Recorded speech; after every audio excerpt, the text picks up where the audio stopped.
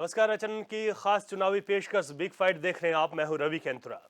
Almora Lok Sabha seat पर 1962, 67, 1971 के बाद 1977 के चुनाव में कांग्रेस को पहली बार यहां से हार का सामना करना पड़ा था। भारतीय लोक दल को यहां से जीत मिली थी। 1980 के आम चुनाव में कांग्रेस ने फिर से जीत दर्ज की और लगातार 3 लोकसभा चुनाव में जीतें हासिल की। लेकिन 1991 से लेकर 2004 तक के चुनाव परिणाम कांग्रेस के लिए बहुत बुरे साबित हुए थे। 1991 से लेकर 2004 तक बीजेपी लगातार यहां से जीती और कांग्रेस को लगातार हार का मुंह देखना पड़ा। 2009 में कांग्रेस के उम्मीदवार प्रदीप टम्टा ने चुनाव जीतकर बीजेपी को झटका दिया, लेकिन 2014 और 2019 में बीजेपी प्रत्याशी अजय टम्टा ने बाजी मार ली। एक बार फिर दोनों पार्टियों के प्रत्याशियों में मुकाबला है। किसकी जीत होगी और किसकी हार होगी, ये तो आने वाला वक्त तय करेगा। पहले ये रिपोर्ट देखते हैं और फिर करेंगे चर्चा। एक तो कांग्रेस पार्टी के पास तो खैर पैसा नहीं है और कांग्रेस पार्टी का प्रत्याशी जो है वो बेहद ईमानदार है। आप लोगों ने देखा होगा उनका प्रारंभिक जो संघर्ष का जीवन रहा है, जो जनहित के मुद्दों को उठा करके जो उन्होंने संघर्ष किया है, और उसके बाद जब वो विधायक बने, राज्यसभा में भी गए, एक बार सांसद भी बने, और उसमें भी उन्होंने बेहद ईमानदारी से काम किया। उनके पास पैसा नहीं है, नंबर एक। तो वो पैसा ज़्यादा खर्च नहीं कर पा रहे हैं, और पार्टी अगर पैसा देती तो पार्टी का खाता सीज कर रखा है। चुनाव आ रहा है, राजनीतिक पार्टियों का खाता सीज कर दिया जाएगा तो मैं समझता हूँ कहाँ से वो प्रचार को आगे बढ़ा पाएंगे। नहीं है। और कुछ भी हो, मतलब कुछ भी काम वाम हो तो उसके लिए हमारे गांव में कुछ भी सुविधा नहीं है। और जैसे कि अगर लोग बाकी गांवों में जैसे कि कभी शादी विवाह होते हैं तो वहाँ सभी चीज़ की सुविधाएं प्राप्त होती है। हमारे गांव में किसी चीज़ की भी सुविधाएं प्राप्त नहीं है। और यहाँ ना कोई रास्ते दिए गए हैं, ना पानी की सुविधाएं दी गई है। देखिए, यहाँ का जो मुद्दा है वो तो पलायन का है, बेरोजगारी का है और स्वास्थ्य सेवाओं का है। तो ये सारे मुद्दे इस वक्त चल रहे हैं इधर। पलायन की वजह क्या है? पलायन की वजह यही है कि हमारे प्रदेश में थोड़ी रोजगार की कमी है और यहाँ जो उतने उद्योग धंधे होने चाहिए थे उतने ज़्यादा नहीं हैं। तो यहाँ से लोग पलायन करके सब जो नज़दीकी राज्यों में जाते हैं और वहाँ जाते हैं, तो इसलिए थोड़ा सा 72 टावर इस कपकोट बेल्ट में लग रहे हैं। एक ही विधानसभा में 72 टावर लगना, वो भी बीएसएनएल के, जियो के टावर भी और लग रहे हैं। आप विकास कर रहे हैं, इसी तेज गति से विकास करते रहेंगे और हमें पूरा विश्वास है कि आपके मार्गदर्शन में हम ऐतिहासिक जीत के साथ जाएंगे। और मुझे लगता है कि मेरे 14 की 14 विधानसभाओं में जिस प्रकार का मैं माहौल देख रहा हूं, तो कपकोट को हम ऐतिहासिक, इस विधानसभा को हम ऐतिहासिक विधानसभा के रूप में मानेंगे। ये भी हमारा इतिहास बनाने वाला है। इतना मैं कहते हुए अब की बार इशू है कि जिसको मेरा प्रमुख बिंदु है कि रोजगार के अवसर आपने समाप्त किए, आपने शिक्षा स्वास्थ्य के कारण बदहाली हुई तो उसकी वजह से पलायन बढ़ा, और जो इंफ्रास्ट्रक्चर मैं छोड़ के गया था, रेल नेटवर्क का, रोड नेटवर्क का, जो यहाँ की नई आर्थिक आयाम जीवन को आगे बढ़ाते, उस पर आपने एक सरसर लगाम। कहते होंगे कि भाई अजय टम्टा जी ने अखबार में बहुत बार अपना ये नहीं छपवाया, वो नहीं छपवाया, लेकिन मैं जानता हूं ये केवल और केवल काम करने पर विश्वास करते हैं, बहुत ज्यादा अपने बारे में बोलने पर विश्वास नहीं करते हैं। आप देखिए, केंद्र के सहयोग से हमारे सुरेश गढ़िया जी ने और अजय टम्टा जी ने मिलकर काम किया, इसलिए 172 फुल टावर आए। उसमें से 72 टावर कहां लग गए? हमारे इसी कपकोट विधानसभा में लग गए। ऐसे अनेक कामों को आपने आगे बढ़ाया है। अभी ये यहां से देवाल को जोड़ने वाली सड़क, ये सड़क भी हमारी मंजूर हो गई है। कपकोट से देवाल को जोड़ने वाली सड़क, यहां से सिमली, ग्वालदम और जौलजीबी तक सड़क यही हमारे बागेश्वर के रास्ते से होकर जाने वाली है भाइयों बहनों, सीमांत क्षेत्र तक, कैलाश मानसरोवर तक। ये सारे काम जब भी अजय टम्टा जी मिलने आते हैं तो यही कहते हैं कि हमारा मुद्दा ये है कि गंगोलीहाट क्षेत्र में अभी तक स्वास्थ्य केंद्र के उससे कोई भी सुविधाएं नहीं है। यहाँ पे छोटी से लेकर बड़ी तक बड़ी परेशानियां यहाँ पे डेली लगे रहती हैं, लेकिन उपचार कुछ भी नहीं है। हमने कई बार अपने माध्यम से आगे पुष्कर सिंह धामी जी को भी बोला था कि वो यहाँ पे सरकारी हॉस्पिटल के लिए कुछ कार्रवाई करें, लेकिन यहाँ पे अभी तक कोई सुविधाएं नहीं आई है। यहाँ तो कुछ आ नहीं सकता है, अस्पताल हमारे पास है नहीं, एक अल्ट्रासाउंड करने के लिए और ये एक्सरे करने के लिए कुछ भी साधन नहीं है। यहाँ पिथौरागढ़ जाना पड़ता है, अल्मोड़ा जाना पड़ता है, जो गरीब गुर्दे हैं वो कैसे जाएंगे, यहीं वो हो जाती है, खत्म हो जाता है। देखिए, हमारे लिए बहुत आवश्यक है पर्यावरण की मुद्दे पे ध्यान देना। ये एक ऐसा मुद्दा है जिस पर आज तक कभी कोई राजनीतिक पार्टी ध्यान नहीं दे रही है, लेकिन अगर पर्यावरण नहीं है, पर्यावरण या इकोसिस्टम का एक बहुत अहम हिस्सा होता है मानव। तो जब हम पर्यावरण की बात कर रहे हैं तो हम पूरे मानव जाति के अस्तित्व की बात कर रहे हैं, और ये हमारे लिए एक बहुत पहाड़ के लिए बहुत एक हमारा एक स्ट्रॉन्ग पॉइंट भी है, तो जिस पे हमें ध्यान देना बहुत ज़रूरी है। तो ये रिपोर्ट आपने देखी बिग फाइट में। आज हमारे साथ मेहमान आगे हैं चर्चा के लिए। संजीव वर्मा जी, आपका बहुत स्वागत है, भाजपा के प्रवक्ता हैं, वरिष्ठ नेता हैं। अमरिंदर बिष्ट जी, कांग्रेस नेता हैं, आपका भी सर बहुत स्वागत है। मीनाक्षी घिल्डियाल जी यूकेडी से हैं, आपका भी बहुत स्वागत है मैम। शुरुआत संजीव जी आपसे करता हूं।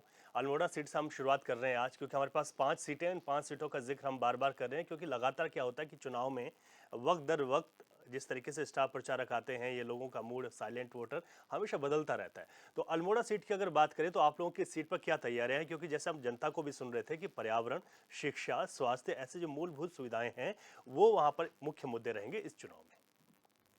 रवि जी, देखिए, भारतीय जनता पार्टी विकास के मुद्दे पर जनता के बीच हमेशा से जाती रही है, और आगे भी हमारा जो एक विकास का जो रोड प्लान है उसी के ऊपर हम लोग काम कर रहे हैं। चाहे हम अल्मोड़ा की बात करें, नैनीताल की बात करें, टिहरी की बात करें, हरिद्वार की बात करें, पौड़ी की बात करें। संजीव जी आपकी ऑडियो की थोड़ा सा दिक्कत है। मैं अमरिंदर बिष्ट जी पर जाता हूं, कांग्रेस के नेता हैं। अमरिंदर जी, अल्मोड़ा सीट पर, क्योंकि इस वक्त अगर बात की जाए तो अजय टम्टा और प्रदीप टम्टा आमने सामने हैं। ये फाइट पहले भी हो चुकी है। इस बार आप लोगों की क्या तैयारियां इस सीट पर? देखिए, पहली बात तो ये है कि भारतीय जनता पार्टी के पिछले 10 सालों से जो वहाँ पर सांसद हैं अजय टम्टा जी, आप उनके रिपोर्ट कार्ड को देख लीजिए, और अभी आपकी रिपोर्ट में वो साफ दिख रहा था जिस तरीके से उनके क्षेत्र की तमाम महिलाएं जो है अपनी समस्याओं को रख रही थी, और वो बता रहे थे कि स्वास्थ्य के क्षेत्र में किस तरह से अस्पतालों में अल्ट्रासाउंड और एक्सरे की मशीन तक नहीं है। शिक्षा का उन्होंने मुद्दा उठाया, उन्होंने कहा कि यहाँ पर कोई विषय नहीं है। पहाड़ के जंगल का, पर्यावरण का सवाल उन्होंने उठाया, उसको लेकर के उन्होंने अजय टम्टा जी को और भाजपा की सरकार को फेल सरकार बताया। तो निश्चित तौर पर हर मुद्दे पर, कोई भी मुद्दा हो जो वहाँ के लोगों के मुद्दे हैं, उन पर अजय टम्टा जी काम करने में असफल रहे हैं। मैं आपको बता दूं, MP लेड पर उनकी बात कर लीजिए, उनको 17 करोड़ सांसद निधि के रूप में उनको प्राप्त हुए, और उसमें से भी उन्होंने 8 करोड़ 52 लाख रुपए कुल जमा खर्च किया, जो 50% धनराशि भी नहीं मानी जाती। तो अब आप देखिए कि जो सांसद अपनी सांसद निधि को खर्च नहीं कर पा रहे हैं, तो सांसद निधि के अलावा जो अन्य काम है उसको लेकर के उनका कितना ध्यान उनका रहता होगा, कितना काम को लेकर के वो सोचते होंगे। तो इस बार अल्मोड़ा लोकसभा सीट ही नहीं बल्कि उत्तराखंड की और देश की प्रत्येक सीट पर भारतीय जनता पार्टी का जो कुशासन है, उस कुशासन को लेकर के जनता ने भाजपा की सरकार को बदलने का मन बना लिया है। तो पार्टी ने, जहां तक आपने कहा कि कांग्रेस पार्टी की क्या तैयारियां हैं, कांग्रेस पार्टी ने अपना संगठन खड़ा किया है पूरे उत्तराखंड में हर लोकसभा सीट पर। उसी तरह अल्मोड़ा सीट पर भी पहले से ही, क्योंकि वहां पर प्रदीप टम्टा जी लंबे समय से काम कर रहे हैं, लंबे समय से कार्यकर्ताओं के संपर्क में हैं, लंबे समय से कार्यकर्ता उनसे जुड़े रहे हैं। तो निश्चित तौर पर उनकी अपनी भी एक तैयारी है और पार्टी की अपनी एक तैयारी है। हमारे कई विधानसभा चुनाव का भी आप अगर पूरा परिणाम देखेंगे तो बेहतर परिणाम कांग्रेस पार्टी के लिए वहां से आए हैं। तो अल्मोड़ा सीट पर पार्टी पूरी तरह से आश्वस्त है कि इस बार पिछले 10 वर्षों का जो निकम्मापन है वो समाप्त होगा। अजय टम्टा को वहाँ की जनता खारिज करेगी और प्रदीप टम्टा जी को वहाँ से अवसर मिलेगा। संजीव जी, अवसर प्रदीप टमटा को मिलेगा, कांग्रेस दावा कर रही है, लेकिन आप लोगों की क्या तैयारियां हैं? क्योंकि मुख्यमंत्री भी लगातार, आपके मुख्य स्टार प्रचारक हैं प्रदेश के, वहां पर जा रहे हैं। अभी मैं देख रहा था, जिक्र हो रहा था कि जिस तरीके से वहां पर टावर लगाए गए या फिर जो अन्य सुविधाएं थी वो दी गई हैं, उसका जिक्र अजय टमटा भी करते हुए दिखाई दे रहे थे। रवि जी देखिए, भारतीय जनता पार्टी विकास के मुद्दे पर चुनाव लड़ रही है। विकास के मुद्दे पर हम जनता के बीच जा रहे हैं। अभी चाहे जो 2022 का हमारा विधानसभा का चुनाव हुआ, उसमें भी आप देखिएगा कि भारतीय जनता पार्टी विकास को केंद्रित करते हुए जनता के बीच गई। जनता का आशीर्वाद भरपूर मिला भारतीय जनता पार्टी को, और इस बार भी जो हमारा लक्ष्य है कि प्रत्येक लोकसभा सीट को हमने 5 लाख के एक बड़े अंतर से जीतना है, और उसी दिशा में हम लोग काम कर रहे हैं। हम केंद्र सरकार की और राज्य सरकार की तमाम योजनाएं, परियोजनाएं जो वर्तमान में ग्राउंड जीरो पर गतिमान है, जो जिनका लाभ उत्तराखंड को मिलने जा रहा है, जिनके वजह से उत्तराखंड का रोजगार बढ़ने वाला है, उत्तराखंड की जीडीपी बढ़ने वाली है, उत्तराखंड में स्वास्थ्य सुविधाएं भरपूर होने वाली हैं। और शिक्षा के क्षेत्र में देखें आप तो शिक्षा का जो स्तर लगातार उन्नत हो रहा है, लगातार आगे बढ़ रहा है। स्वास्थ्य की यदि हम बात करें, जहां कांग्रेस के शासनकाल में, अब जैसे मेरे भाई कुशासन बोल रहे थे, मैं तो कुशासन नहीं बोलूँगा क्योंकि अच्छा शब्द नहीं है। आपका भी शासन था, अच्छा था या बुरा था, लेकिन आपके शासनकाल में हमारे जितने भी सीएससी पीएससी सेंटर्स थे, उनमें डॉक्टर्स नदारद हुआ करते थे, डॉक्टर्स हुआ नहीं करते थे, और वार्ड बॉय और फार्मासिस्ट डॉक्टरों की भूमिका अदा करते थे। ना कोई इक्विपमेंट्स होते थे, ना दवाइयाँ होती थी, और भगवान भरोसे, राम भरोसे सब कुछ चल रहा था। और मैं राम भरोसे हम तो बोल सकते हैं, लेकिन कांग्रेस पार्टी तो राम पर भरोसा ही नहीं करती, राम के अस्तित्व पर भी ये लोग भरोसा नहीं करते, राम के अस्तित्व को एक नकारने का हमेशा काम करते हैं। तो रवि जी, कहने का भाव ये है कि हम जो ग्राउंड जीरो पर हम लोग काम कर रहे हैं, हम जो साफ साफ जनता को दिखाई दे रहा है, जो इंफ्रास्ट्रक्चर की योजनाएं, परियोजनाएं 2 लाख करोड़ की इस समय उत्तराखंड में गतिमान है, डबल इंजन सरकार के माध्यम से। तो मैं आप चाहे ऑल वेदर रोड की बात करें, कर्णप्रयाग रेल परियोजना की बात करें, मानस खंड योजना परियोजना की बात करें, टनकपुर ये जो रेलवे लाइन को और विस्तारीकरण की बात करें, चाहे माणा तक जो हमारा सीमांत क्षेत्र है, वहाँ पर 4G सेवाएं तक पहुँचाने का, और डबल लेन सड़कें तक पहुँचाने का सीमांत क्षेत्रों तक, हम उसका उल्लेख करें। केदारनाथ बद्रीनाथ में रोपवेज की बात करें, सरकुंडा देवी पर रोपवे की बात करें, दिल्ली देहरादून एक्सप्रेस हाईवे की बात करें, तो ये जो तमाम बातें हैं, तमाम चीज़ों का जो मैं इंफ्रास्ट्रक्चर का जो मैं उल्लेख कर रहा हूँ, ये केवल हम इनको आवागमन का साधन के रूप में ना देखें। जो कनेक्टिविटी बेहतर से बेहतर हुई है, चाहे रोड, रेल और एयर कनेक्टिविटी की हम यदि बात करते हैं, तो उत्तराखंड जो एक टूरिस्ट डेस्टिनेशन है, तो यहाँ पर जब टूरिस्ट की संख्या में बेतहाशा वृद्धि होगी, तो हमारे युवाओं के हाथों में रोजगार के नए नए संसाधन उपलब्ध होंगे। और भारतीय जनता पार्टी हमेशा से पॉजिटिव राजनीति करती है, जबकि कांग्रेस के हाथ इस समय बिल्कुल खाली हैं, इनके पास बोलने के लिए कुछ नहीं है, और ये केवल और केवल नेगेटिविटी की ये लोग राजनीति कर रहे हैं। तो मैं सोचता हूँ मेरे भाई, उत्तराखंड आपका भी प्रदेश है, और कम से कम हमारी आने वाली जनरेशन्स के एक सुखद भविष्य के लिए जो विकास योजनाएं होती हैं, उसको कम से कम थोड़ा अप्रिशिएट जरूर किया करें, अपना थोड़ा सा एक स्वभाव थोड़ा चेंज कीजिएगा। जी, अवधेश नौटियाल जी भी हमारे साथ जुड़ गए हैं, वरिष्ठ पत्रकार हैं। अवधेश जी, आपका बहुत बहुत स्वागत है हमारी इस डिबेट में। धन्यवाद भाई। जी, सवाल यह है कि अल्मोड़ा सीट पर इस वक्त अगर देखा जाए तो किस तरीके का चुनाव आप देखते हैं? क्योंकि यहाँ पर भाजपा की ओर से प्रत्याशी रिपीट किए गए, लेकिन प्रदीप टमटा की बात भी की जाए तो वो पूर्व में यहाँ पर सांसद रह चुके हैं। तो ऐसे में इस सीट पर क्या मुकाबला फाइट वाला लगता है, या दिलचस्प लगता है, या फिर किसी एक पार्टी का पलड़ा भारी लगता है? देखिए अभी भाई, जो अल्मोड़ा सीट है तो जनता दोनों ही सांसदों को देख चुकी है। प्रदीप टमटा भी वहां से जो है सांसद रह चुके हैं और राज्यसभा में भी गए थे, लोकसभा में भी सांसद रह चुके हैं। वहीं जो है जो भाजपा के सांसद, जो वर्तमान सांसद है अजय टमटा जी, उनको भी जनता देख चुकी है। तो एक जैसे कहेंगे कि जो आप कहेंगे कि जो रोचकता चुनाव में या जो फ्रेशनेस चुनाव में होनी चाहिए वो दिखाई नहीं दे रही है। कहीं ना कहीं जो पूरा सिनारियो अल्मोड़ा का जो लोकल समस्याएं हैं वो कांग्रेस के जो प्रत्याशी हैं वो उठाने का प्रयास कर रहे हैं कि पिछले 10 सालों में जो बदलाव होना चाहिए था वो बदलाव दिखाई नहीं दे रहा है।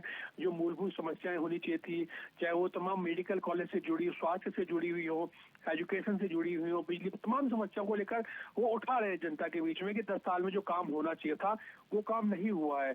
वही जो है जो भाजपा प्रत्याशी हैं वो कहीं ना कहीं प्रधानमंत्री मोदी के भरोसे है। वो 10 साल में जो मोदी सरकार ने जो काम किए हैं उनको जनता के बीच जाकर गिना रहे हैं कि मोदी सरकार ने ये योजनाएं लाई हैं और इन योजनाओं के बदले आप वोट दीजिए।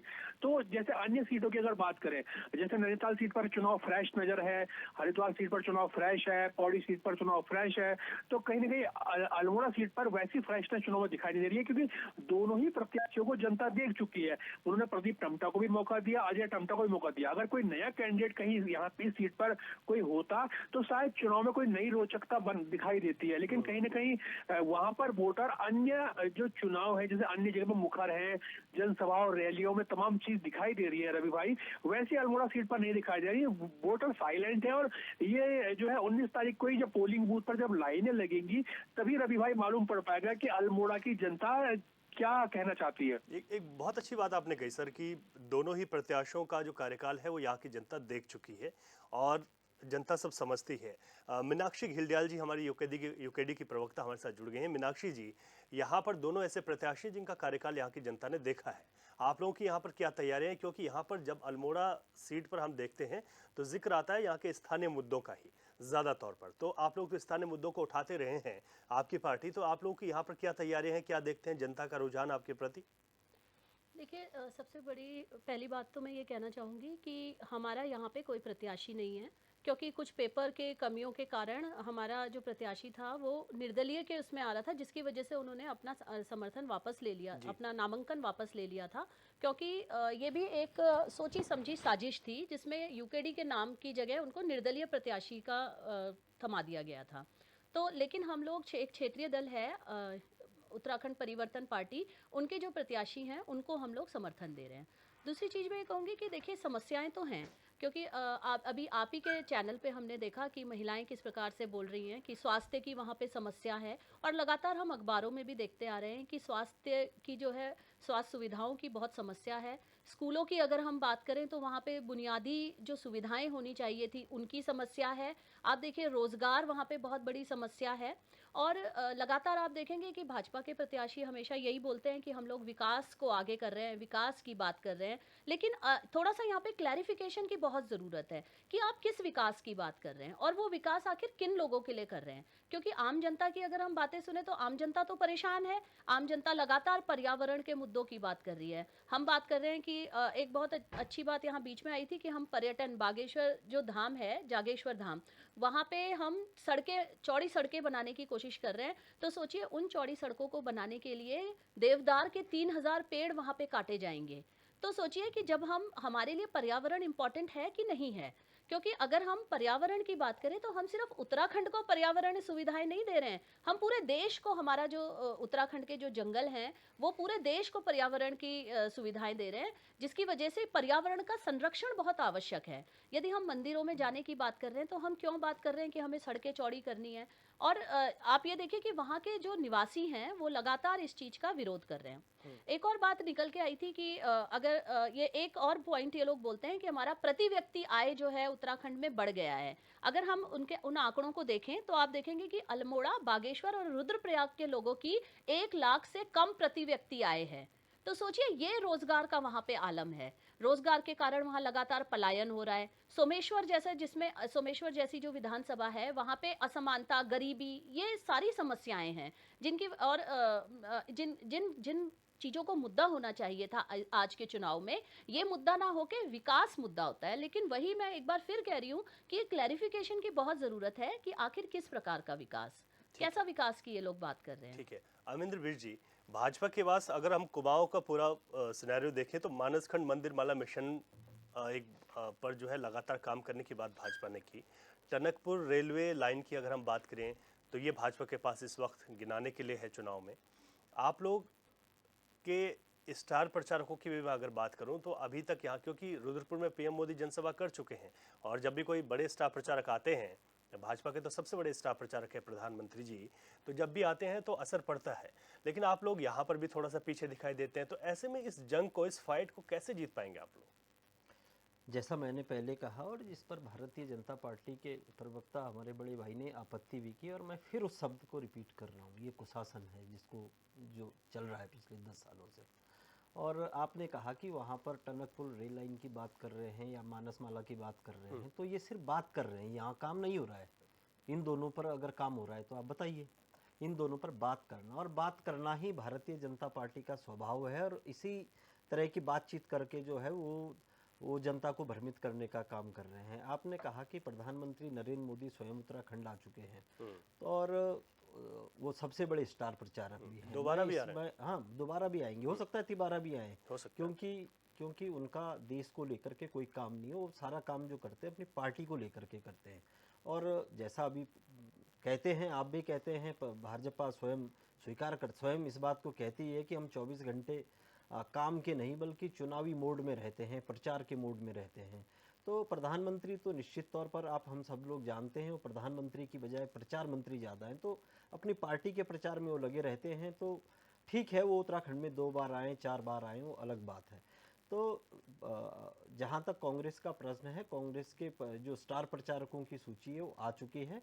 उसमें जितने भी स्टार प्रचारक हैं उनका कार्यक्रम तय हो गया है कि कौन से चमोली में कौन से स्टार प्रचारक रहेंगे, श्रीनगर में कौन से रहेंगे, अल्मोड़ा में कौन से रहेंगे, हरिद्वार में कौन रहेंगे, देहरादून में राहुल गांधी जी किस दिन आने वाले हैं।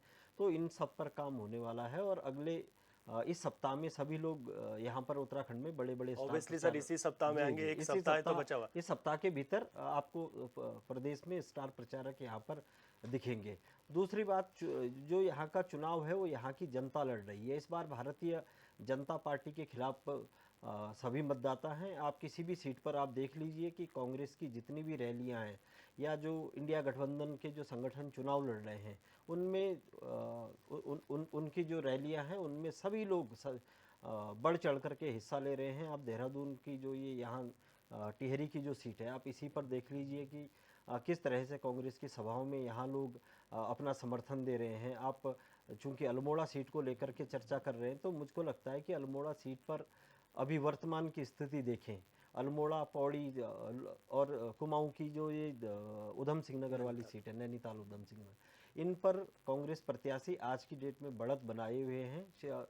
गढ़वाल की सीट पर हमारे प्रत्याशी बहुत बेहतर तरीके से आगे चल रहे हैं। तो निश्चित तौर पर कांग्रेस बहुत मजबूती के साथ इस चुनाव को लड़ रही है। और इस बार जिस तरीके से 2014 में, 2019 में प्रधानमंत्री जी और उनकी जो पूरी टीम है, जो पूरी एक फौज है जो भ्रम फैलाने का काम कर रही है, भारत की जनता और उत्तराखंड की जनता इस बार इनके बहकावे में आने वाली नहीं है। संजीव जी, कांग्रेस का ये कहना है कि आप चुनावी मोड में रहते हैं हमेशा, काम कब करते हैं आप लोग? प्रधानमंत्री जी दोबारा आ रहे हैं, तीसरी बार भी आ सकते हैं, आप लोग तो खुद ही कह रहे हैं कि 3 बार आप लोगों ने प्रस्ताव भेजा है। तो ऐसे में कांग्रेस को दिक्कत है कि आप लोग यहाँ पर जो है लगातार इस तरीके के दौरे कर रहे हैं। कांग्रेस का कहना है कि हमारे अब जो आखिरी एक हफ्ता है, इसी हफ्ते में सारे स्टार प्रचारक आएंगे। हालांकि जो 40 की लिस्ट थी, एक स्टार प्रचारक इनके आपके पास आ गए। उनका भी दौरा कहीं लगा होगा तो वो आप देख लीजिएगा उसे। रवि जी देखिए, जिससे मेरे छोटे भाई अमरिंदर जी बोल रहे थे, हमारे माननीय प्रधानमंत्री श्रीमान नरेंद्र मोदी जी का दूसरा दौरा ऋषिकेश में IDPL में संभावित है 11 तारीख को। और क्योंकि उत्तराखंड की जनता उनसे बहुत प्रेम करती है, प्यार करती है, और माननीय प्रधानमंत्री जी का भी उत्तराखंड से विशेष लगाव है।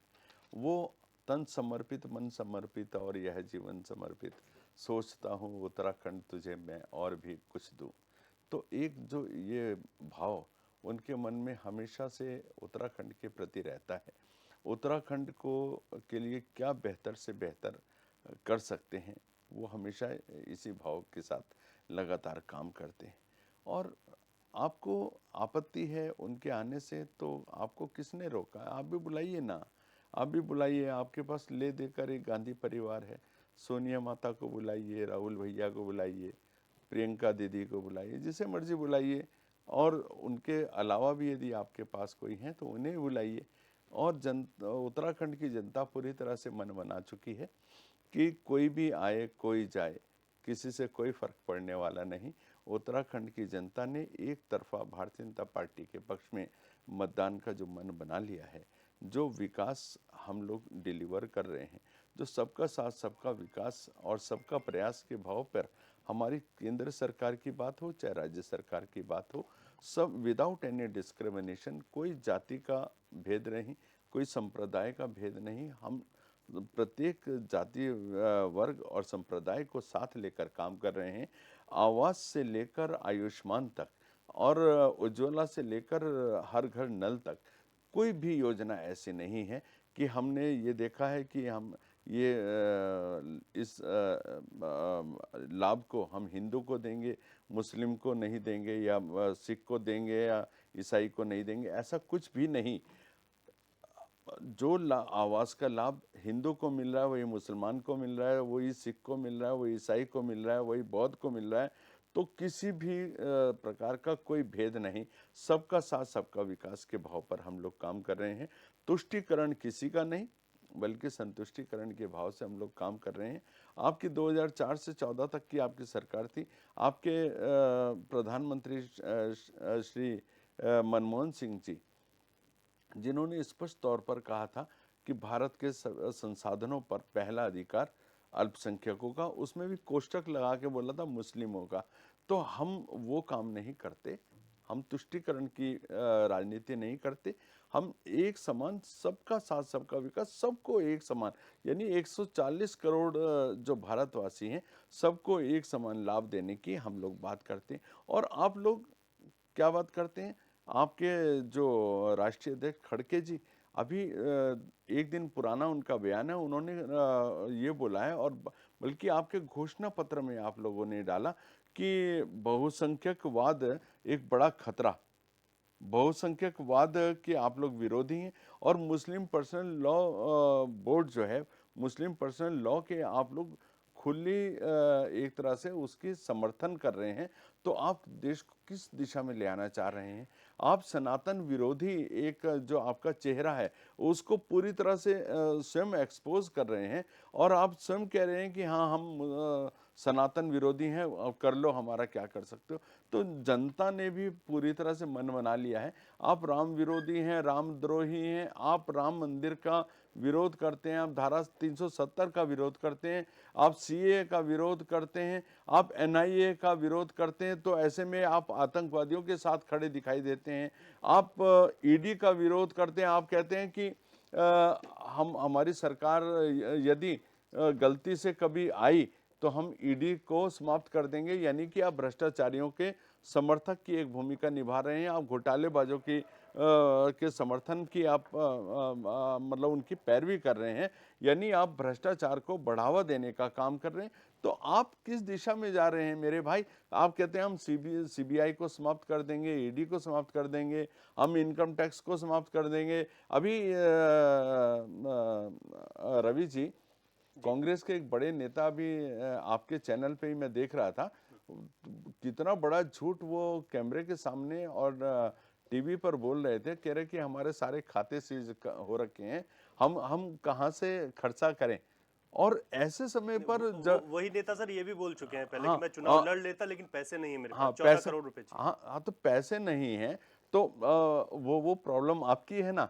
और लेकिन झूठ मत बोलिए, ये झूठ मत बोलिए कि हमारे खाते सीज हो रखे हैं। कोई खाते सीज नहीं हो रखे हैं, पूरी तरह से स्पष्ट हो चुका है, पूरे देश के सामने ये पूरा तथ्य आ चुका है। और जो ये बार बार कहते हैं कि इनकम टैक्स ने हमारे पूरे खाते सीज कर दिए, इनकम टैक्स ने किसी का कोई खाता सीज नहीं किया था। जो 115 करोड़ रुपए की उनकी देनदारी थी, केवल वो अमाउंट शेष रख के आपका जितना पैसा है आप डे 1 से आज तक कभी भी ले सकते थे। और उसके बाद अभी इनकम टैक्स को पूरी तरह से ये बोल दिया गया है क्योंकि चुनाव चल रहे हैं, आप जुलाई तक इनके ऊपर किसी भी प्रकार की कोई कार्रवाई नहीं करेंगे। ऐसा जब ये अदालत में गए तो अदालत ने भी इस तरह के बोला है, और इनकम टैक्स विभाग ने स्वयं बोला है कि हमने इनका कोई पैसा जो हमने 115 करोड़ रुपए फ्रीज किया हुआ था उसको भी हमने ना छेड़ने का एक निर्णय लिया। लेकिन तो झूठ और भय और भ्रम का एक वातावरण मत फैलाइए। और जिस तरह से आप अभी 2022 का चुनाव रवि जी था, तो जहां भारतीय जनता पार्टी, हम लोग लगातार विकास की बात कर रहे थे और केंद्र की और राज्य सरकार की हम तमाम उपलब्धियों को गिनवा रहे थे, इनके पास मुद्दा कोई नहीं था। ये उस समय भी मुस्लिम यूनिवर्सिटी का राग अलाप रहे थे, जुम्मे की छुट्टी की राग अलाप रहे थे। तो कब तक तुष्टीकरण की राजनीति करोगे, कब तक धर्म की राजनीति करोगे, कब तक जातियों में बांटने की बात करोगे? आपका भी घोषणा पत्र आया, आपने कहा हम जाति जनगणना करेंगे, भाई से भाई को लड़ाने का काम करेंगे, आपने कहा हम न्याय यात्रा निकालेंगे, और नारी न्याय की आप लोग बात करते हैं। तो सबसे पहले न्याय दीजिए उन राजस्थान की 7,310 बेटियों को जिनकी रेप और हत्याएं हुई, और आपके वहां के मुख्यमंत्री मूछ पे ताव देकर बेशर्मी से बोलते रहे ये तो मर्दों का प्रदेश है। और उन्होंने साथ में एक बड़ा बयान ये दिया था कि तमाम इस तरह के रेप मर्डर केसेस जो हैं वो झूठ, आधे 50% झूठ होते हैं। तो सबसे पहले आप न्याय उन बेटियों को दीजिए, नैना साहनी को आप न्याय दीजिए, और भंवरी देवी को आप न्याय दीजिए। आप और किसान न्याय की आप बात करते हैं, किसानों का आप यूरिया खा जाते हैं, किसानों के बीज खा जाते हैं, किसानों के साथ आपने जो पिछले 60-65 साल तक अन्याय किए रखा, हमने तो किसानों के साथ खड़े हैं, किसानों की आय को दोगुना करने का काम कर रहे हैं, किसानों को 3 लाख रुपए का ऋण 0% पर दे रहे हैं, और किसान सम्मान निधि दे रहे हैं। गन्ना किसानों का जो बकाया, सर मेरी बात पूरी हो रही है, सर मेरी बात पूरी हो रही है, मेरी बात पूरी हो रही है। किसानों का जो गन्ना बकाया आप 4-4, 5-5 साल लंबित रखते थे, हमने इंस्टेंटली पेराई सीजन में देने का काम किया। तो हम तो किसान की आय को दोगुना करने के लिए तमाम जो भी हर संभव प्रयास कर रहे हैं, प्रयत्न कर रहे हैं। सॉइल टेस्टिंग की उनको एक सेवा दे रहे हैं, उन्नत बीज उनको प्रोवाइड कर रहे हैं। तो किसान कैसे उन्नत हो, हम उस दिशा में लगातार अमिंद्र जी, संजीव जी लगातार इन बातों को दोहरा रहे हैं। देखिए, किसान की बात होती है तो सीधे तौर पर कनेक्ट होता है उत्तराखंड, और इस वक्त चाहे हम सीट अल्मोड़ा की बात करें, लेकिन 5 सीटें हमारे पास हैं, ज्यादा सीटें यहाँ नहीं है। लेकिन इन 5 सीटों पर अगर देखा जाए तो किसानों की बात हो रही है।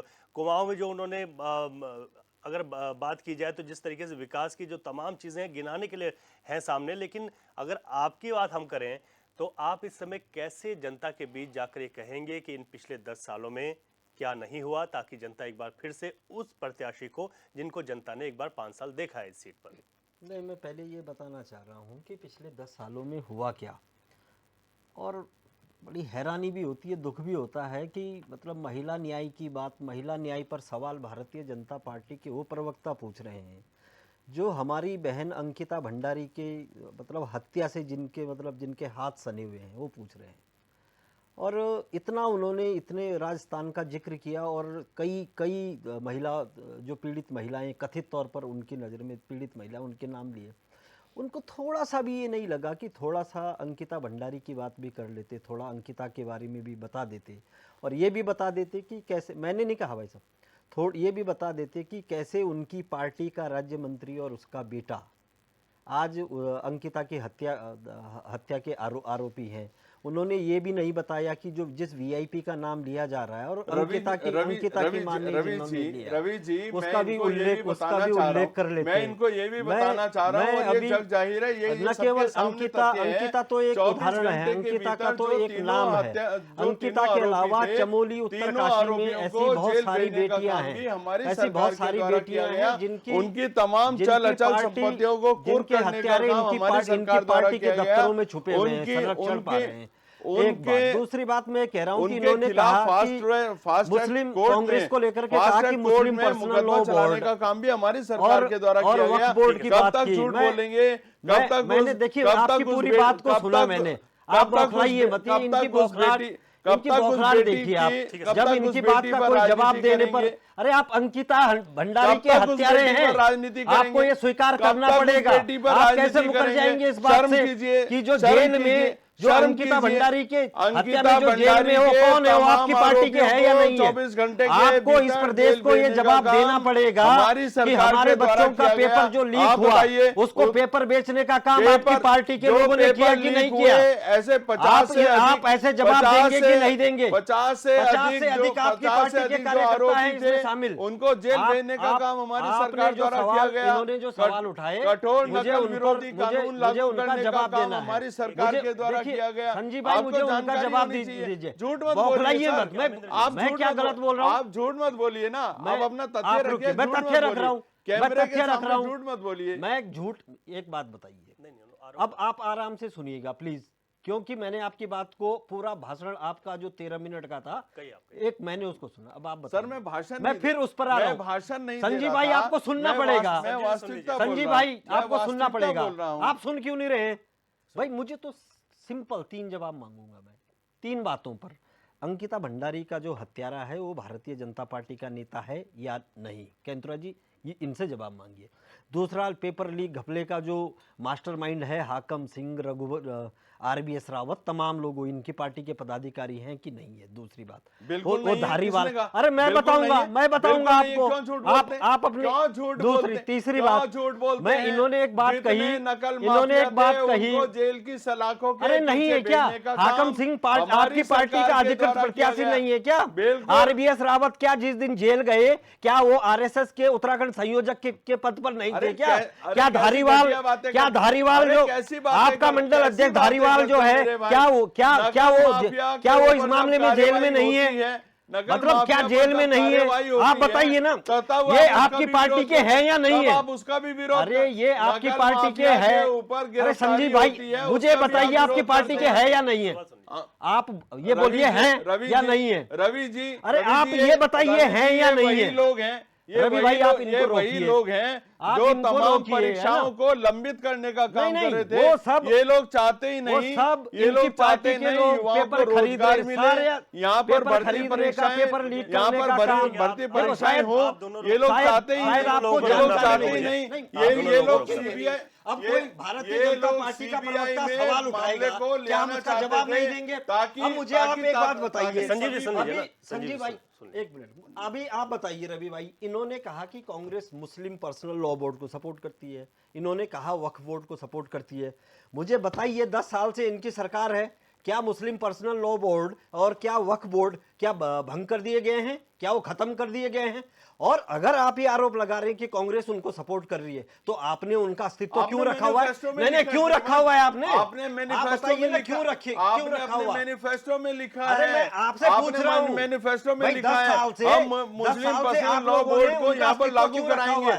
आपने बोला है हम लागू कराएंगे श्रीमान। अरे वो तो लागू है। अरे रवि भाई आप बताइए, इस देश में वक्फ बोर्ड चल रहा है नहीं चल रहा है? आपने बोला हम उसको लागू कराएंगे, आपने बोला हम बहुसंख्यकवाद का विरोध करेंगे, बोला नहीं बोला? आपने बोला बहुसंख्यकवाद का विरोध करेंगे, यानी हम सनातन का विरोध करेंगे। किसने कहा कि सनातन का विरोध करेंगे? अरे सनातन का आपके मैनिफेस्टो में मेरे भाई ऐसी बातें चैनल पर करेंगे, आपके मैनिफेस्टो में आप ऐसी बातें, आप बताइए, आप ऐसा नहीं लगता है? आपका घोषणा पत्र ऐसा नहीं लगता कांग्रेस का हो? आपका घोषणा पत्र ऐसा लगता है? ठीक है सर, आप दोनों मुस्लिम लीग का घोषणा आपकी बकौती नहीं है, आप समझिए पहले। अवधेश जी के पास जा रहा हूं। नहीं, आप बताइए पहले, आपको एक जवाब देना पड़ेगा। आप बताइए ना, उन्होंने कहा कि सनातन का विरोध किया कांग्रेस ने, जवाब नहीं मिल रहा ना, तो आप नहीं, आप बताइए, आप पूछिए उनसे कि किस नेता ने विरोध किया। इनकी आदत रहती है, ये चैनल पर आते हैं, इनके प्रवक्ता कुछ भी कह देंगे। अरे कुछ तथ्यात्मक बातें कहिए। आप पर्सनल लॉ बोर्ड को कोई बात, अब परसों भी इस बारे में बात हुई कि अल्पसंख्यकों को मुख्य धारा से जोड़ने की बात अगर प्रधानमंत्री ने कही है तो उसमें बुरा क्या है? आपको इतनी दिक्कत अल्पसंख्यकों से क्यों है? तो ये सवाल है। मेरे भाई, ठीक है, ठीक है। ये सवाल है, इसीलिए तो सबका साथ सबका विकास की हम बात करते हैं। नहीं, तो फिर आप संख्यकों पर सवाल क्यों उठा रहे हैं? लाभ देने की फिर आप बात सवाल करते क्यों हैं। उठा रहे ठीक है सर, हैं? ठीक है, अगर ठीक है। सबका साथ ठीक सबका है, विकास अवधेश जी की को जा बात रहा हूं मैं। है, ठीक है सर, तो आप ठीक है, आगे बढ़ना चाह रहे हैं, ठीक तो है, आप की ऊपर बात सवाल ठीक है, क्यों उठा अवधेश रहे हैं? नौटियाल जी, अवधेश नौटियाल जी, समाज को अवधेश समाज को ठीक है, संजीव जी हो वोट गया। बैंक के रूप में संजीव जी हो इस्तेमाल गया। किया। अवधेश हम जी, वोट बैंक ठीक की है, संजीव जी हो राजनीति गया। नहीं कर रहे संजीव जी हो गया। हम तो संजीव जी हो हम तो गया। सबको एक समान संजीव जी लाभ हो गया। देने अवधेश जी, की, अवधेश एक जी, समान न्याय देने सर की बात वरिष्ठ कर रहे पत्रकार हैं। अवधेश जी हमारे न्याय साथ देने की बात कहाँ से कर रहे सर हैं? ठीक है, जहाँ अमरिंदर आपने जी, देश अमरिंदर को जी, धार्मिक भावनाओं में ये- बांट दिया, सर- धर्मों के आधार पर, सर देखिए, जातियों के समय आधार पर ऐसे में बांट सर दिया। सीधे तौर आप पर न्याय- सीधे आप तौर बात पर कर समय रहे हैं। खराब होता है, समय खराब क्यों नहीं होता है। बनना चाहिए? कोई सवाल जवाब क्यों नहीं नहीं बनना बनना चाहिए? तो राम मंदिर, राम का राम कब मंदिर तक बनना विरोध करोगे? चाहिए, ठीक है। और राम सिर्फ का वही नहीं विरोध बनना कब चाहिए, करोगे? हर गांव कब के तक अंदर राम राम का मंदिर विरोध बनना करोगे? चाहिए, ठीक है सर, हर गांव कब- के अंदर हनुमान कब- मंदिर बनना अरे चाहिए। कब तक वो राम का राजनीतिक विरोध विषय नहीं है। कब तक राम का विरोध देखिए, करोगे? जो धार्मिक कब विषय तक कौन राम नहीं का विरोध विरोध कर रहा अवधेश है? नौटियाल जी, आप जो कह हम रहे हैं दोनों कि पार्टियों को विरोध नहीं सुनते बनना हैं, चाहिए। सर देखिए मुझे फिर आपकी आप आवाज कह बंद रहे- करानी देखो, पड़ेगी। कह रहे हैं नहीं, आवाज राम बंद करानी मंदिर बनना पड़ेगी। चाहिए। नहीं सर, आप बोला डिबेट भी नहीं इन्होंने कि कर नहीं सर, राम मुझे मंदिर आवाज नहीं बंद बनना करानी चाहिए। क्यों नहीं बनना पड़ेगी। चाहिए? फायदा नहीं है ना सर, सर आवाज आप ही बोल- संजीव जी आप मुझे ही आवाज बोल बंद रहे हैं करानी ना, पड़ेगी। आप ही बोल रहे हैं राम नहीं, मंदिर आप नहीं कह रहे हैं बनना राम चाहिए। मंदिर आप ही बोल रहे हैं राम डिबेट मंदिर कराइए। नहीं क्यों नहीं बनना बनना चाहिए। चाहिए? मैंने आपसे अरे बोला क्यों क्यों नहीं बनना चाहिए? आप कह रहे हैं राम मंदिर नहीं बनना चाहिए, क्यों नहीं बनना ठीक चाहिए? है, आप दोनों ठीक है सर, आपकी ऑडियो डाउन है सर, आपकी आवाज नहीं जा पा रही है, बस दोनों लोगों की ऑडियो डाउन है। संजीव जी, आपकी ऑडियो डाउन है सर। अवधेश जी, जब हम भारतीय जनता पार्टी और कांग्रेस के जो लोग हैं इस वक्त जो नेशनल मुद्दे हैं, क्योंकि चुनाव भी लोकसभा का है, तो आप ऐसे में किस तरीके से देखते हैं कि जब स्थानीय मुद्दे और नेशनल मुद्दे दोनों जब आते हैं बहस के बीच में, तो लगातार भाजपा की ओर से ये दावे होते हैं कि उन्होंने काम किया, लेकिन कांग्रेस स्थानीय मुद्दे भी इस चुनाव में उठाना चाहती है। अवधेश जी, देखिए रवि भाई, अभी आप अल्मोड़ा की, रवि भाई इससे पहले अल्मोड़ा की बात सवाल आपने मुझसे पूछा था, तो दोनों सांसदों को किस तरह देखते हैं? रवि भाई, आज सुबह जब मैं तमाम जो राष्ट्रीय समाचार पत्र हैं उनको देख रहा था, उनका अवलोकन कर रहा था, तो मैंने देखा कि एक राष्ट्रीय समाचार पत्र में दोनों ही जो सांसद है का चुनाव प्रत्याशी है बीजेपी और कांग्रेस के, अजय टमटा, प्रदीप जो टमटा, दोनों का जो है एक इंटरव्यू छप रखा था अगल बगल। दोनों से एक छोटा सा सवाल पूछा गया था कि कई गाँव में लोग आपको जानते तक नहीं है, अल्मोड़ा में इन लोग से मेरी बात हुई, दोनों से सेम सवाल था, तो दोनों का ही जो जवाब था वो वाकई सोचने लायक था कि जो है भौगोलिक विषमताएं बहुत हैं, हम प्रयास करते हैं लेकिन फिर भी कई गांवों के लोगों से हमारा संपर्क नहीं हो पाता, तमाम चीजें, यही दोनों का लगभग होता। तो आप सोचिए कि आपको उत्तराखंड में एक क्षेत्र की राजनीति करते हुए इतना लंबा समय हो गया और हम सांसद विधायक के अपना जनप्रतिनिधि चुनना चाहते हैं, लेकिन वो भी इस चीज की बात कर रहा हो कि हम हर गांव तक पहुंचने का प्रयास करते हैं, लेकिन कुछ गांव फिर भी छूट जाते हैं। तो ऐसे में आप सोचिए कि लोग किस उम्मीद से क्या सोचकर आपको वोट करें, क्योंकि कई गांव के लोग तो अपने सांसद को जानते और पहचानते तक नहीं है। और जब भी हम विकास की बात करते हैं तो आज वो उसी का आगे का आपको बताता हूँ कि एक विकास को लेकर सवाल किया गया है कि जो है कि दोनों अलग अलग पार्टियों से, तो कांग्रेस का जवाब था कि हम उत्तराखंड को विशेष राज्य के दर्जे की वकालत करेंगे, जबकि जो प्रदीप टमटा जी इससे पहले भी सांसद रह चुके थे, जब उनसे पूछा गया कि आप प्रदेश के विकास कितना संतुष्ट है, तो उन्होंने कहा कि केवल जो पिछला 10 साल था उसी में पिछड़ा है, लेकिन उन्होंने काम क्या किया तो उनके पास गिनाने के लिए वही था जो एक दो सड़कें और एक दो जो लाइन के जो रेल लाइन के सर्वे कराए उन्होंने वो थे, और एक आध जो उन्होंने मुद्दे लोकसभा में उठाएंगे वो थे। यही अजय टमटा जी के पास कि जब आपने इन 10 सालों में क्या किया, तो वही जो मोदी जी ने अभी मानसखंड जो मिशन मंदिर जो मुख्यमंत्री धामी जिसको लेकर वो कर रहे हैं, वो जो राज्य सरकार की योजनाएं हैं उन्होंने राज्य सरकार की योजनाओं को ही अपनी योजनाओं में जोड़ दिया कि मैं इन योजनाओं कर रहा हूं। तो आप खुद लगा सकते हैं कि जब हमारे पास स्थानीय लेवल पर हमारे सांसद विधायकों की गांव तक पहुंच नहीं है, गांव के लोग तक उनको जानते नहीं है, अपने पास उन्होंने काम क्या किया उन कामों को गिनाने के लिए उनके पास 5 काम भी नहीं है कि हमने इन पिछले 5 साल या 10 साल में ये काम किया, तो हम उनको किस तरह से उम्मीद करें उनसे कि ये विकास, क्योंकि अब देखिए बीजेपी के पास प्रधानमंत्री मोदी का एक बड़ा चेहरा है और उत्तराखंड में प्रधानमंत्री धामी का एक बड़ा चेहरा है, ये इन दो चेहरों के सारे बीजेपी चुनाव मैदान में है। और आप रवि जी आप भी लगातार कवर कर रहे हैं, फील्ड में जा रहे हैं, तो कहीं ना कहीं जो स्थानीय मुद्दे हैं, जो उत्तराखंड की मूलभूत समस्याएं हैं, जिन समस्याओं को लेकर 1994 से ये उत्तराखंड में अलग 1994 से जो अलग राज्य की मांग ने जो तेज पकड़ा था और अलग राज्य हमें मिला, बहुत सारी शहादतें इस अलग राज्य को बनाने में हुई है, लेकिन आपको भी नहीं लगता होगा, मुझे तो बिल्कुल नहीं लगता, शायद आपको भी नहीं लगता होगा कि जिस राज्य का सपना हमने देखा था वो राज्य वो हम सपने के करीब भी पहुंच पाए पाए। आज भी हम ये 24वां साल चल रहा है, हम मूल निवास की लड़ाई को लेकर भटक रहे हैं कि स्थायी निवास और मूल निवास। भू कानून की लड़ाई हमारे पास 10 के 10 है। नकल को लेकर अब कानून बन रहा, न जाने कितने लोग जो है नकल के जरिए जो है फर्जी जो अच्छे लड़के थे वो बाहर हो गए, नकल कर कई लोग जो है सरकारी नौकरी में भर्ती होंगे। तमाम चीजें देखिए आप, दल बदलने का शुरू से यहाँ जो प्रपंच चला आ रहा है राज्य गठन से लेकर आज तक, नेता इस पार्टी में जाते हैं उस पार्टी में, मतलब इस राज्य में नेता बढ़ गए हैं, नेताओं की जो हसरतें बढ़ गई हैं। मुझे तो लग रहा है केवल राज्य बना ही उत्तराखंड नेताओं के लिए है कि इनकी हसरतें फल फूल सके, और इनके जो प्राइवेट ये तमाम नेता आकर के प्राइवेट संस्थान अपने खोल रहे हैं, अपनी दुकानदारी सजा रहे हैं, तो कहीं ना कहीं जो राज्य की जनता है वो ठगाव महसूस करे। लेकिन वो करे भी तो क्या करे, वोट तो देना है किसी न किसी एक पार्टी को, लेकिन जब बात देश की आती है तो वो देखते कि देश का नेतृत्व कौन संभाल सकता है, तो आखिरकार उसे उस तरफ जाना पड़ता है। लेकिन हम अगर बात करें तो 24 साल में राज्य की मूलभूत समस्याओं के नाम पर कुछ नहीं हुआ। सड़कें गांव में तब पहुंची जब गांव का अंतिम आदमी भी गांव से पलायन कर चुका था। तो बहुत दुखद कहानी है उत्तराखंड की। कई गांव जो है लगातार तमाम चीजें, अभी मैं कल की एक घटना पढ़ रहा था कि एक जो है वृद्ध माँ जिसके चारों लड़के बाहर रहते थे, वो गाँव में रहती थी, तो वो जब वो छज्जे से नीचे मतलब नीचे सीढ़ियां उतर रही थी, वो गिर पड़ी। तो लगभग गाँव के जो 2-4 लोग गाँव में थे भी, वो भी शायद 11 से 12 बजे वहां पर पहुंचे, तब तक उनके सर से खून बह चुका था। जब तक उनके लड़के को फोन किया वो शाम तक उस गांव में पहुंचा, 4 लोग भी उनको हॉस्पिटल ले जाकर नहीं थे, रास्ते में दम तोड़ दिया। तो उत्तराखंड की बहुत दुखद कहानी रवि भाई, न स्वास्थ्य की स्थिति सही है, न शिक्षा की स्थिति सही है। अभी आप देखेंगे अटल उत्कृष्ट स्कूल सरकार ने बनाए, कितने बच्चे फेल हो गए, उसमें लगातार सवाल खड़े हो रहे हैं। बिजली पानी की व्यवस्था आप जानते ही हैं, हर साल जो है बिजली के दामों में रेट बढ़ रहे हैं।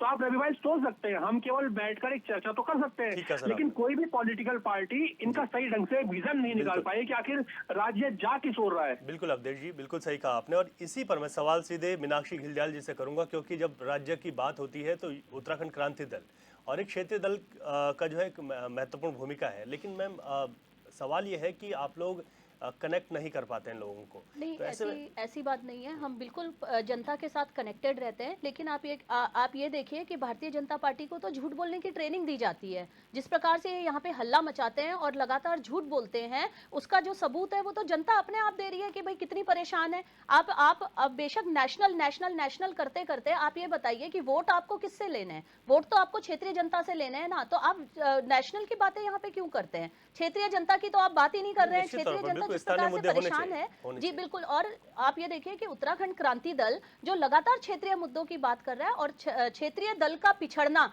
इसका मतलब उत्तराखंड का पिछड़ना है, जो कि हम पिछले 23 वर्षों से देख रहे हैं किस प्रकार से उत्तराखंड की स्थिति बद से बदतर होती जा रही है। और हम इन लोगों को सिर्फ एक नाम पे ऊपर जिताने पे लगे हुए हैं, चढ़ाने पे लगे हुए हैं। आप इन सांसदों की बात कर रहे हैं, अपनी ये सांसद निधि राज्य के ऊपर खर्च नहीं कर पाते, और इनके प्रवक्ता यहाँ पे आके बड़ी बड़ी बातें करते हैं, बड़े बड़े झूठ बोलते हैं। नारी न्याय की बात मैं कर रही हूँ, अंकिता भंडारी, अपने राज्य की बात करिए ना। आप फिर पूरे नेशनल, पूरा देश विदेश की महिलाओं को आप घूम के आ गए, पूरे देश विदेश की महिलाओं का दर्द आपने देख लिया।